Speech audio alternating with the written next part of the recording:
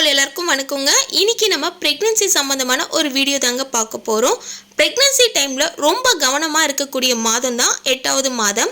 இந்த 8வது மாதத்தை 31வது வாரம் முதல் 35 வாரம் வரைக்குமே சொல்லுவாங்க. இந்த வாரத்தை 8வது மாதமா கன்சிடர் பண்ணுவாங்க. இந்த 8வது மாசத்துல குழந்தையோட டெவலப்மெண்ட், அம்மாக்கு இருக்கக்கூடிய மாற்றங்கள், எடுக்கக்கூடிய டெஸ்ட் ஸ்கேன் பத்தி தான் பார்க்க போறோங்க. இப்போ வாங்க நம்ம வீடியோக்குள்ள போலாம். இந்த 8வது மாசத்துல குழந்தைக்கு 45 சென்டிமீட்டர் நீளமும் 2 கிலோ 350 கிராம் வெயிட்டும் நார்மலாவே இருக்கும். இந்த 8வது மாசத்துல குழந்தைக்கு உருவம் கம்ப்ளீட்டா ஆயிருக்கும். இந்த மாசத்துல குழந்தையோட வெயிட் இன்க்ரீஸ் ஆக ஆரம்பிக்கும். ஒவ்வொரு வாரமும் பார்த்தீங்கன்னா 450 கிராம் வெயிட் போட ஆரம்பிக்கும். குழந்தைக்கு பிரெயின் டெவலப்மெண்ட்ஸ் ரொம்ப சீக்கிரமாகவே நடக்கும். அவங்களுக்கு கண் துறக்கவும் அடைக்கவும் முடியும்.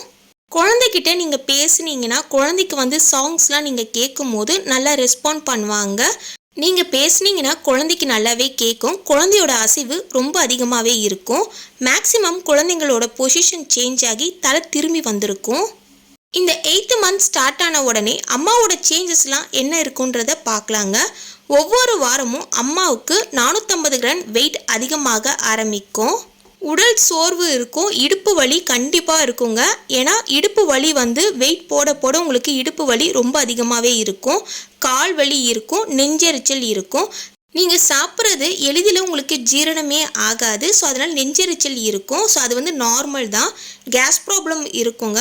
மாதம் ஏறுறதுனால குழந்தையோட வெயிட் அதிகமாக ஆரம்பிக்கும். இந்த மாதிரி அதிகமாகும் போது பிளாடரில் ப்ரெஷர் கொடுக்கும். உங்களுக்கு கண்டினியூவாக யூரின் வந்துட்டே இருக்குங்க. யூரின் பாஸ் பண்ணாமல் இருக்கக்கூடாது. இல்லைனா யூரினரி இன்ஃபெக்ஷன் வர்றதுக்கு நிறைய சான்சஸ் இருக்குது. அது குழந்தைய அஃபெக்ட் பண்ணுறதுக்கு நிறைய வாய்ப்புமே இருக்குங்க.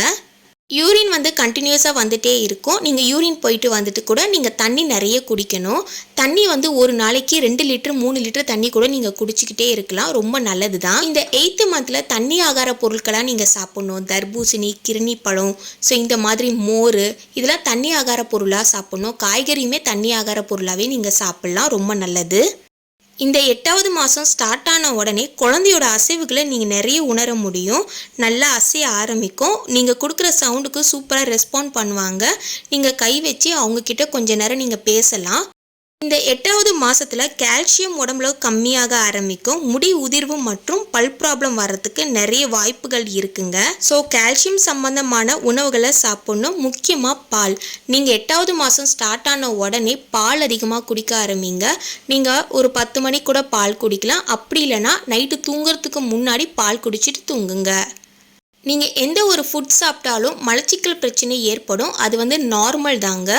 ஸோ இந்த 8th மந்தில் ப்ரெக்னன்சி சிம்டம்ஸ் என்ன இருக்கும், அம்மாவுக்கு ஏற்படக்கூடிய மாற்றங்கள், என்னென்ன டெஸ்ட்லாம் எடுக்கணும்னு சொல்லிட்டு டீட்டெயிலாக பார்த்துருப்போம். இந்த வீடியோ பதிவு உங்களுக்கு பயனுள்ளதாக இருந்துச்சுன்னா நம்ம சேனலை சப்ஸ்கிரைப் பண்ணிவிடுங்க. Thank you so much. பாய்.